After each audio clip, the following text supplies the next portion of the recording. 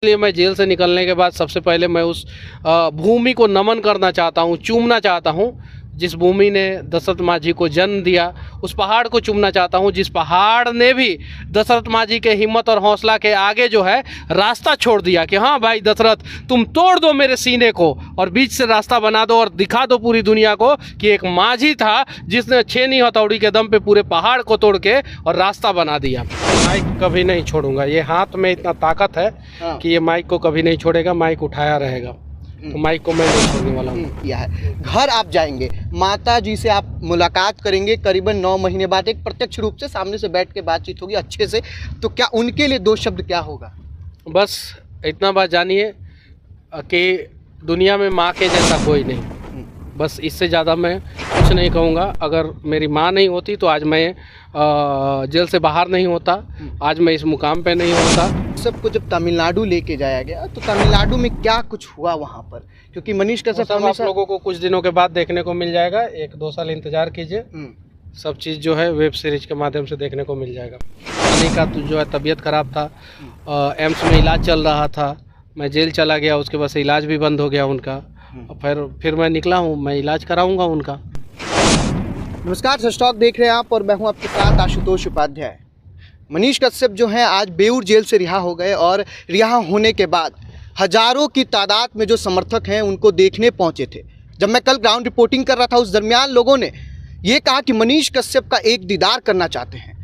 कई अलग अलग जिलों से लोग पहुंचे थे। अब हमारे साथ मनीष कश्यप हैं, पहला इंटरव्यू है इनका सस्टॉक पे और हम इनसे बातचीत करेंगे कि आखिर 9 महीने के बाद आखिर जो आगे का समय होगा उसमें क्या कुछ ये करेंगे।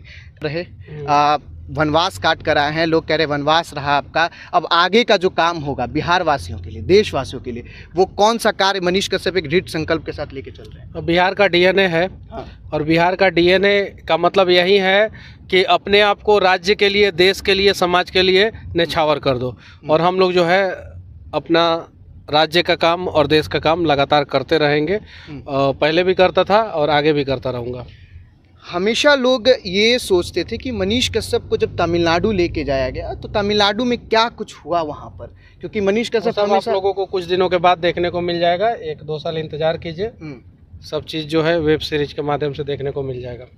देखिए बड़ी बात है, वेब सीरीज के माध्यम से आप सबों को देखने को मिलेगा, लेकिन एक प्रश्न आपसे रहेगा कि लोग ये भी पूछ रहे कि क्या मनीष कश्यप अब फिर से पत्रकारिता करेंगे, फिर से माइक उठाएंगे? माइक कभी नहीं छोड़ूंगा, ये हाथ में इतना ताकत है कि ये माइक को कभी नहीं छोड़ेगा, माइक उठाया रहेगा, तो माइक को मैं नहीं छोड़ने वाला हूँ। अलग अलग जब जगहों पे हम जा रहे हैं तो लोगों का कहना है कि मनीष कश्यप बिहार के मुख्यमंत्री बनने चाहिए। उनका कहना है कि मनीष कश्यप को हम देखना चाहते हैं उस जगह पे जहाँ से बिहार का बदलाव हो सके। क्या कहिएगा इसके बारे में? मैं उन सब चीज़ों के बारे में नहीं सोचा हूँ और अभी सोचता भी नहीं हूँ। मैं जो करता था वो जेल से निकलने के बाद वो काम कंटिन्यूअस करता रहूँगा। अभी आप तुरंत जेल से रिहा होने के बाद दशरथ मांझी के गांव पे पहुंच रहे हैं, अपने घर न जाके वहां जा रहे हैं, आखिर क्या कारण है? उस मिट्टी को चूमूंगा जिस मिट्टी ने दशरथ मांझी जैसे लाल को पैदा किया था, और उन्होंने जो है 20 साल में उनके गाँव के लोग, समाज के लोग, राज्य का नेता, सिस्टम किसी ने साथ नहीं दिया और 20 साल में अकेले दम पे छेनी हथौड़ी लेकर जो है उस पहाड़ को तोड़ दिए।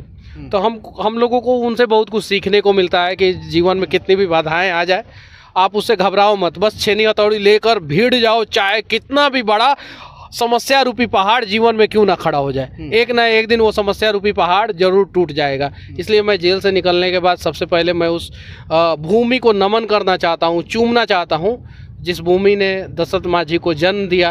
उस पहाड़ को चूमना चाहता हूँ जिस पहाड़ ने भी दशरथ मांझी के हिम्मत और हौसला के आगे जो है रास्ता छोड़ दिया कि हाँ भाई दशरथ, तुम तोड़ दो मेरे सीने को और बीच से रास्ता बना दो और दिखा दो पूरी दुनिया को कि एक मांझी था जिसने छेनी हथौड़ी के दम पे पूरे पहाड़ को तोड़ के और रास्ता बना दिया। तो क्या फिर से मतलब मनीष कश्यप उन भ्रष्टाचारियों को उसी तरीके से समाप्त कर पाएंगे जिस तरीके से? में माउंट एवरेस्ट से भी ऊंचा जो है वो भ्रष्टाचार रूपी पहाड़ है। उस पहाड़ को तो तोड़ना है और उसके लिए मैं लगातार प्रयास करता रहूँगा और मुझे उम्मीद है कि जितने भी बिहार के लोग हैं वो सभी लोग प्रयास करते रहेंगे और सभी लोग मिलके जो है ना बिहार में जो भ्रष्टाचार रूपी पहाड़ है उसको तोड़ देंगे। सबसे ज़्यादा बिहार के लोगों ने सफ़र किया चूँकि आप ज़रूर जेल में थे, लेकिन बिहार के लोगों ने इस चीज़ को अंदर से एक तरीके से झेला है कि नहीं भाई मनीष कश्यप जेल में है, और लोगों ने दृढ़ संकल्प के साथ बाहर कार्य भी किया है। घर आप जाएंगे, माता जी से आप मुलाकात करेंगे करीबन 9 महीने बाद, एक प्रत्यक्ष रूप से सामने से बैठ के बातचीत होगी अच्छे से, तो क्या उनके लिए 2 शब्द क्या होगा? बस इतना बात जानिए कि दुनिया में माँ के जैसा कोई नहीं, बस इससे ज़्यादा मैं कुछ नहीं कहूँगा। अगर मेरी माँ नहीं होती तो आज मैं जेल से बाहर नहीं होता, आज मैं इस मुकाम पे नहीं होता। तो मेरी माँ जो है वो पढ़ी लिखी नहीं है, अनपढ़ इसलिए नहीं कह सकते हैं कि अगर कोई घर को भी चला रहा है तो वो बहुत काबिल है, लेकिन सरकार का जो लेखा जोखा होता है जिसमें कहा जाता है कि इस आदमी को ही पढ़ा लिखा कहा जाएगा, तो उस हिसाब से देखा जाए तो मेरी माँ पढ़ी लिखी नहीं है, लेकिन उन्होंने जो मेरे लिए किया है, मुझे पढ़ाया, मुझे इंजीनियरिंग कराया, और आज मैं जो भी हूँ माँ के वजह से हूँ। बस एक अंतिम प्रश्न, एक टीवी इंटरव्यू के दौरान आपने बताया कि आपकी नानी को कैंसर हो रखा है और आप ही उनका इलाज जो है वो एम्स में करवा रहे थे, और आईजीएमएस में दर दर भटकने के बाद, तो क्या लगता है अब आप 9 महीने बाद जा रहे हैं, कुछ इसके बारे में? बस बिहार के लोग देखें कि बिहार का स्वास्थ्य व्यवस्था कैसा है कैसा नहीं है, वो सब लोगों को दिख ही रहा है।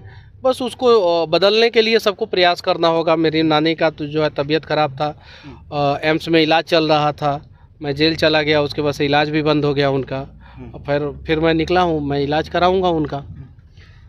देखिए, अभी हमारे साथ मनीष कश्यप जी थे, जो कि अभी आज बेऊर जेल से रिहा हुए, और अब कुछ ही दिनों के बाद से एक तरीके से आप कह सकते हैं कि पूरे बिहार वासियों के बीच में उसी गरज के साथ माइक उठाकर रिपोर्टिंग करते हुए उस अंदाज में आप देख सकेंगे। फिलहाल आपकी क्या राय है, कमेंट बॉक्स में लिख के ज़रूर बताइएगा। आप देखते थे सच टॉक, मैं आपके साथ आशुतोष, धन्यवाद।